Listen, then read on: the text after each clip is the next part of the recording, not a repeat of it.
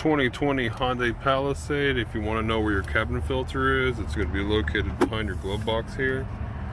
First step you're going to want to do is disconnect the damper just by pulling on it here. Okay. Disconnect it like that. Then you need to remove the stoppers for the glove box. Just turn these counterclockwise, pull them right out. There's one over here, one over here. And lower the glove box.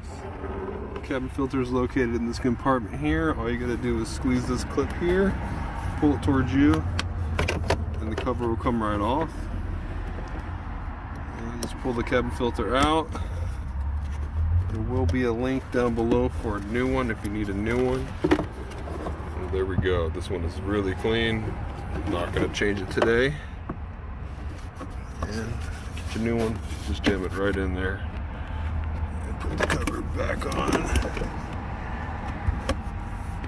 And reassemble the glove box.